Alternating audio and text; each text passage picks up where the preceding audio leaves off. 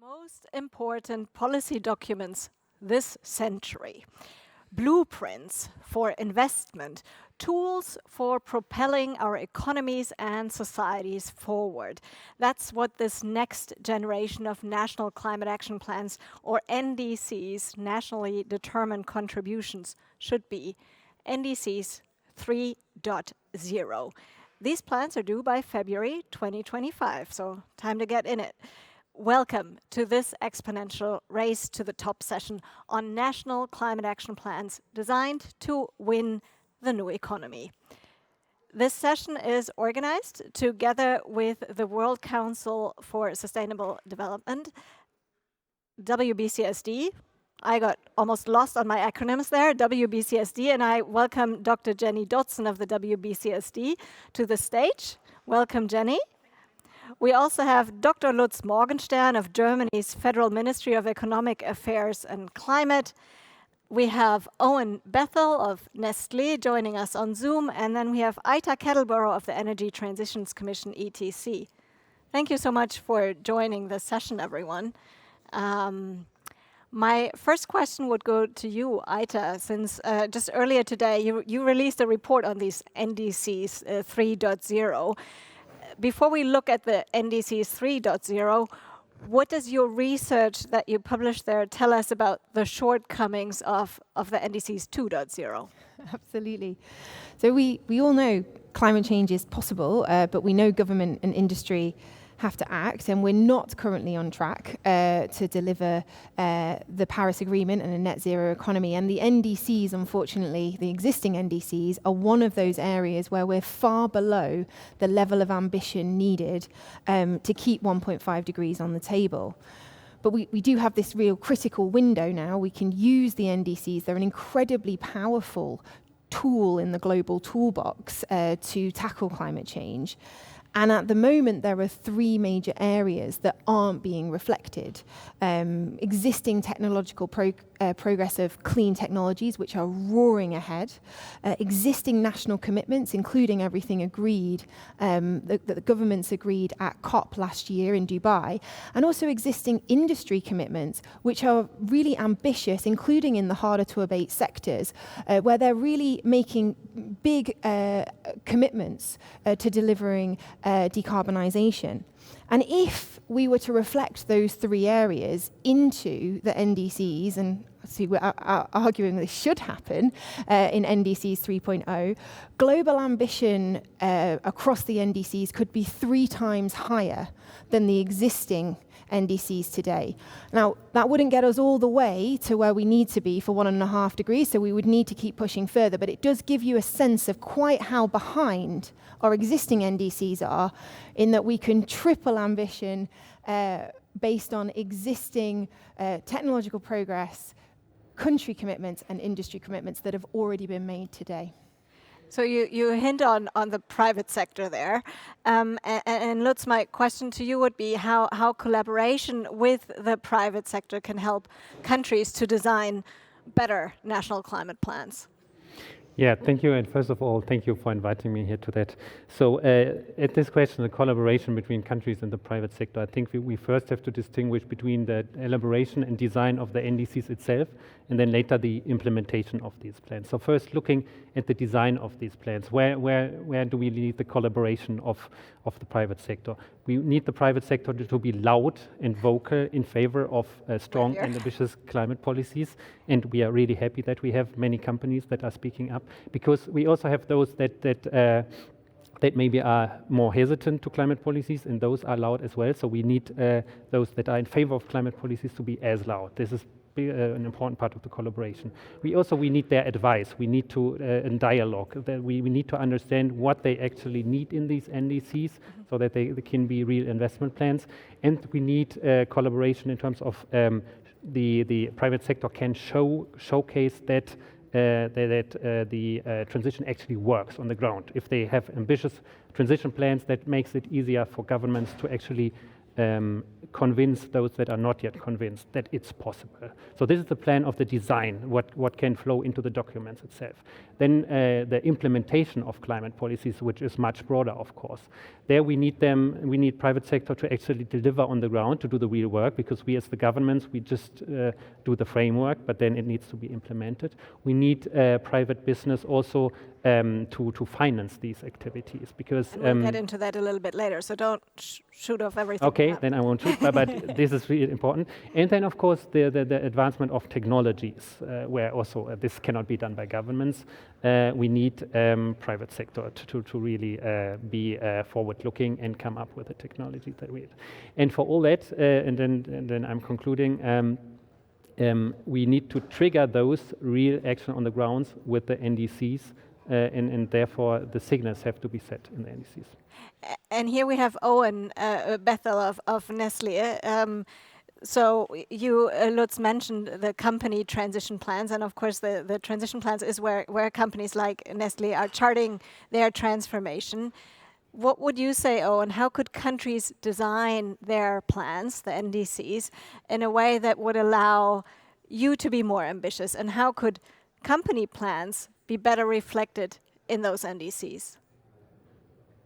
Yeah, sure. So thank you. Thanks for the opportunity of being with you virtually today and to join this discussion. I think from our perspective, first of all, we're very happy to be loud about the need for action on climate change. So just to the previous comment, I think as a company, Nestlé's made a net zero commitment. We are on the way there, but we do need a supportive environment, and we're happy to advocate for that, but we also need to see policy go in that direction. So NDCs offer a really good opportunity to send a strong signal about what the world's going to look like over the next 10 years or so. That gives business confidence. It gives business confidence that we're also making the right decision to decarbonize, that we are investing in things that make sense from a policy and a business perspective. And we're actually currently looking at revising our plans at the moment for the next 5-year period. So I think increasingly there's this sort of coordination between what countries are doing and what companies are doing, particularly global companies, around planning the future. And so the right signal from NDCs helps give us confidence to go in the same direction.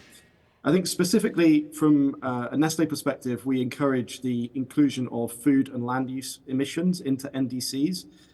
That's because they are sometimes quite hard to abate. Agriculture is linked to up to 1/3 of emissions. And there are no kind of easy technological quick fixes for agriculture. It's more about a long-term program of moving to a more regenerative approach. And it's also about implementing policies that stop any of the negative effects of agricultural production, such as deforestation. So if all countries included a no deforestation approach into their NDCs, that could actually tackle a very significant amount of emissions in the short to medium term, alongside a longer term plan to switch to more sustainable food production. So that's an immediate kind of call to action from our side. We are seeing some encouraging moves in that direction from countries like Colombia, which have really embraced this sort of food systems approach to decarbonisation. We're hoping to see other countries do that as well. And that then becomes an attractive proposition for us to think about where to invest and how to reform our sourcing of things like coffee and cocoa and all the other food ingredients we rely on. Thank you. Thanks, Owen. Now to Jennie here at WBCSD, you're setting off on work that aims to co-create climate plans of national and of corporate actors. The idea being that unlocks finance to deliver on both of these plans. Can you explain a bit further how that's supposed to work? Fantastic. Thank you, Andrea. And first of all, wonderful to host this fantastic discussion together with you. So I think what we're really seeing, and I think you heard here about the alignment between business and government. So I think what we've seen as a shift in the past few years is really towards that this is an opportunity. We have the solutions are moving fast, but now it is a question of winning that opportunity. And I think that's partly why these climate plans are so important, but also the corporate transition plans, how they move forward. So it's an opportunity, it's urgency, it's mission possible, but now it needs to be mission together. And I think that's what we haven't seen to date. So we're really seeing governments increasingly recognizing that they need to engage the private sector because that private sector balance sheet of finance is so critical to achieve national climate plans, but also as businesses are developing their corporate transition plans, and particularly looking at how they decarbonise their supply chains, they're realising how essential it is to engage on policy and the enabling environment to enable them to achieve their goals. So I think this is a moment of opportunity, and it's really important that these NDCs and the corporate transition plans are not just setting out individual plans, but there's also a real working together, a co-creation to see how those align and how each can move and help the other to move as well. So we get this ambition loop moving. So what we're doing at the moment is developing a kind of how-to framework. You know, what is that best practice, those examples of success that we can where we've done similar things before, where we've had the government setting out the challenge, business coming forward to really say how they can problem solve and develop the solutions, but what is needed on both sides to move further and faster. And I think this is a real space in which business and governments can work together better and unlock finance. I want to touch on something that Lutz mentioned earlier, the distinction between design and delivery, and Aita, you touched on that with the implementation gap, right, which really is the delivery part. So the NDCs 2.0, we've said there is an implementation gap, they're not being delivered. What recommendation do you have for countries to better deliver on their plans, on their new and more ambitious plans, including? So I think there's kind of three things here. So the first is that implementation is absolutely key, but it is important to ground it all in the bolder plans are also critical, because ambition encourages and accelerates the action. We kind of know success in the low carbon transition to date has been driven by industry's response to these ambitious government targets that provide that clear direction of travel and allow, reduce market uncertainty, kind of create this positive ambition loop that allows industry to kind of step behind government's vision and kind of unleash its innovation and unleash its delivery power. So it is important to kind of ground it with the kind of really recognizing the importance of these as bold, ambitious documents. That said, as you've said, ambition alone will never be enough, and we must ensure implementation. And there's really two key things that we see for NDC 3.0 to become that kind of blueprint for country-level climate action. So the first is setting out the policies and investments needed to deliver on the targets. There is a tendency often to put the target out there and kind of state it and hope that that's enough. The target is important, but more critically is then linking that to the national policies, the other strategies that are being developed, the enable environment that's been created, that together will kind of provide the pillars that support delivery. And nowhere is that more important really than the investment requirements, especially where NDCs are conditional, which a number of countries obviously make conditional NDCs, very, very clearly stating what the policies are, what the investment needs will be, and then linking that to an implementation plan. Who is going to do what? When are they going to do it? And what do they need to enable them?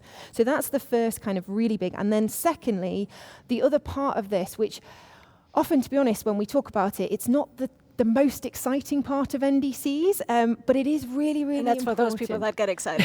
Okay, but that's that NDCs need to set out these targets and these plans in a really clear, comprehensive, and hopefully increasingly standardized fashion.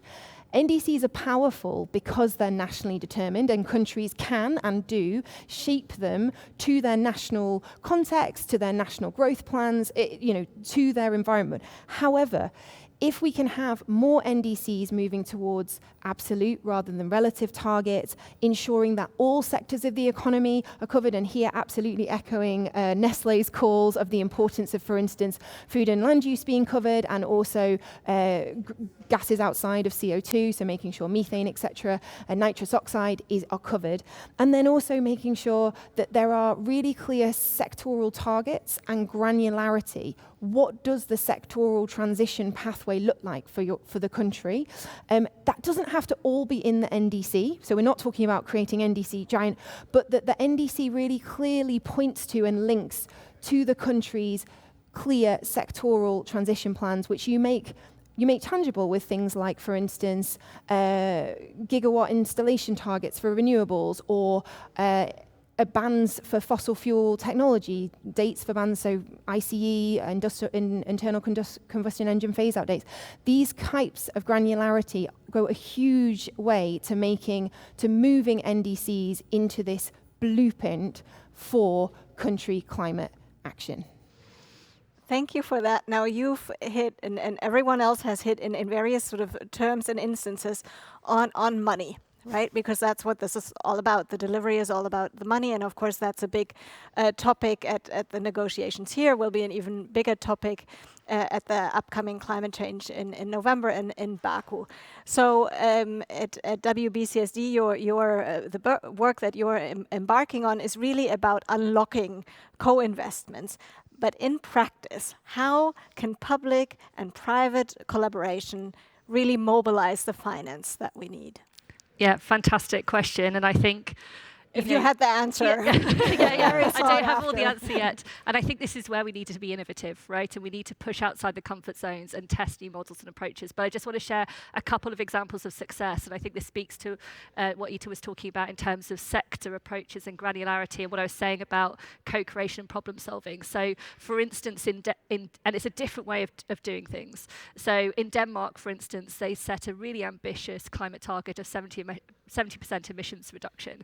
But they didn't just go out and then go, okay, we're going to model what we think each sector can achieve. They actually threw the problem to the private sector. They threw the gauntlet to the private sector and said, okay, we're going to bring you together. We're going to have some CEOs lead bringing together the sector and ask you to come back to us and tell us, what could you achieve? How far could you go? And what is it that you would need from government in order to achieve that? And also what investment could be unlocked? What else would be needed to enable that? At the same time, the government also engaged, and thought about what was possible. But I think that's a really interesting approach and a different co-creation approach to really bring the private sector together and say, okay, what is that possibility? What could be achieved? And that came out with about 200 recommendations, and now the government is implementing some of those policies.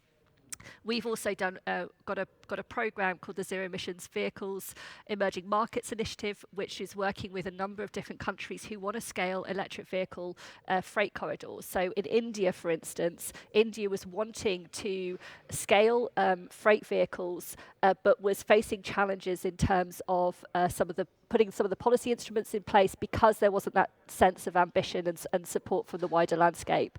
And so we were able to bring together a number of different member business organizations, not the manufacturers, but actually the companies that require these vehicles for their operations. So like Amazon, steel companies, others who made demand commitments for 350 zero emission vehicle freight. They said that they could put those in place if they had the policy enabling environment to deliver on that. And also brought in the finance aspect as well to enable this. And what this has helped to unlock is about $350 million of investment. That's the starting point for a green corridor, but now that's being scaled in India and also in other countries. And what we talked about is this 3x5 partnership approach that brings together government, finance, and business, and particularly utilising the demand, the whole supply chain in order to get that investment unlocked. And so I think there's some really interesting examples there. And what we're trying to look at is what are those innovative approaches? What are those different co-creation mechanisms that we can use and can be scaled and replicated in different countries with businesses to really unlock investment and really look at that implementation piece of these NDCs and also support corporate transition plans. Owen, how do you see your company, Nestlé, there working with governments on investments, essentially, to deliver NDCs? Sure, yeah. So I think there's a lot of potential for us to do that. We do have a couple of examples already. For example, in the Philippines, where we worked with the Climate Change Commission over there to bring public-private stakeholders together to consider how to roll out regional climate plans based on the NDC. So that was more like a kind of facilitator role that we played. And that's because the team in the Philippines has been very vocal about our net zero ambitions and wants to help create value beyond what we're just doing. What we're doing as a company, we want to bring others into the fold. We want the right enabling environment, and sometimes we have to, get involved in that and facilitate discussion, which I think is one potential role for us. I think the other is to think about this NDC 3.0 co-creation opportunity. If you look at countries like Brazil, they're preparing for COP30. They also have a very strong focus on the concept of a bioeconomy, growing the food and beverage sector, the agriculture sector, in a way that is compatible with nature and with climate. And I think we can help deliver that. We have big plans for Brazil. We're investing a lot of money in moving to regenerative agriculture, in measures to reduce and prevent deforestation, and taken together, they can make a very significant contribution to the ambition that countries have laid out. I think, having said that, as one company, we can't make a huge difference. I think what we can do is sort of show a direction that things can go in, and we want to do that to create a more investable set of opportunities in food and land use. A lot of money has gone towards renewables. An increasing amount of money is going into transportation. We just heard an example of that from Jennie. I think there's less sort of financial flows going towards agriculture at the moment, and we want that to change, because then that will help us transition quicker. It will help rural development, and rural development's not just about climate, it's about jobs, it's about tackling issues like poverty. And we see all of that coming together in a really good mix for countries that want to seize the opportunity here. So hopefully Nestlé can work with countries, but we won't be able to make a huge difference on our own. We need to bring the whole industry with us. Thank you. Thanks, Owen. Now to the national perspective again, Lutz, that you represent. How, and we've heard the word again a couple of times, the blueprint for investment. So how can the national climate action plan, how can that be? How can you make one that is a blueprint for investment? Yeah, I'm actually quite confident that the EU will deliver an NDC that is a blueprint for that kind of investment, for the investment needed, which is of course public investment, but also catalyzing private investment. And why am I so confident? Because I think we are already doing that, and we have to build on that, of course. I really liked what Patricia said on the criteria, and I think I could easily tick all of the boxes, because what we have in our NDC, in the current NDC for 2030, and what we will do again for 2035. We have a clear headline target, a very clear direction of travel, signal to investors. For 2030, it was a reduction of minus 55%, and it will be much more, of course, for the time thereafter. But then below this, we have a very clear set of policies that really give clear signals to investors. And I want to mention two of these policies. One, of course, is the emission trading system by the EU that we will continue, and that gives the clearest signal to investors, because it puts a price on carbon. So far, it was in the sectors of energy and industry, and we have seen that this is successful. So we will expand that to other sectors, including transport and buildings, that will also be covered by a unified carbon price within the European Union. And this is a very reliable tool that any investor can and has to take into account. I want to mention it as a second instrument, and that directly relates to giving signals for the phase-out of fossil fuels, or the transitioning away from fossil fuels. And this is the ban of fossil fuel engine combustion cars in the EU in the year 2035. And what else could there be as a clear signal to car makers that this is the future where they have to go to? So when they actually plan for their future investment, also in their utilities, in their factories, they know where the EU is heading, and they will probably direct their investments in that way. Now, I have not prepared you for this, and I apologize for that. But we did have elections yesterday in the EU.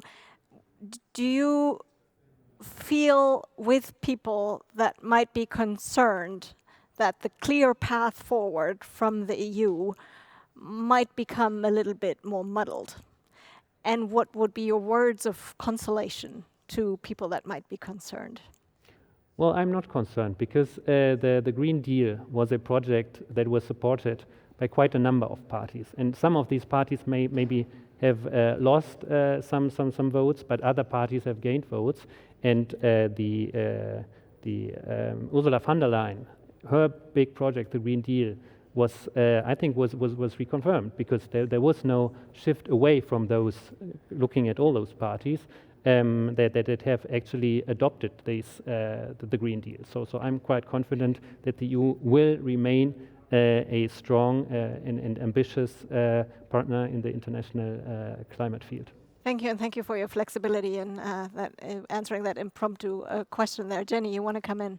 Yeah, I think just one of the things that we haven't touched on in this discussion is, although Owen did briefly, was around kind of people and making, you know, the focus of the work we're doing really relevant to people and engagement. And I think that's something to take away and really important in this next round of NDCs, but the work we're doing going forward is that this isn't just a technical and investment focused agenda, but it is a people positive agenda. And I think, you know, that is also extremely relevant for the businesses we're working with, who are often working, you know, with businesses, with farmers on the ground. And I think that's also where they can help and support countries as well. Thank you, Jennie. I do have a last question to all of you. Well, bear with me. It asks you to complete one sentence, so it really isn't a long answer. A national climate action plan designed to win the new economy must ... Whoever wants to go first may do so. Go, Ida. I can go first. I would say an NDC designed to win the new economy must provide bold ambition and clear direction. Thank you. Who wants to top that? Yeah, I think the NDCs are well designed if they enable all relevant stakeholders to do their best, actually, to go as far as possible in order to contribute to these climate goals and also to catalyze the necessary investments. Thanks. And I would say, to summarize that, it's mission together. It's got to be Even better. whole of economy, whole of society approach, mission together. An economy to win the new a national climate action plan designed to win the new economy must. Owen. I think it must include all sectors and not forget about things like food and land use, which is a significant contributor. I think, as we said before, the focus has been a little bit skewed towards certain areas which maybe have more attention. So I think, you know, must take a holistic approach, let's say. I'll finish the sentence like that. Thank you. Thanks, Owen. And that brings us to the end of this exponential race to the top session here. Thank you so much, Owen Bethell of Nestlé. Thank you, Jennie Dodson, WBCSD, Lutz Morgenstern of Germany, and Kettleborough of the Energy Transitions Commission, ETC. Thanks for joining us today. Do stay tuned for the next session, everyone, on landing the exponential narrative. And thank you for now. Stay tuned. We're already gearing up for that one. Thanks.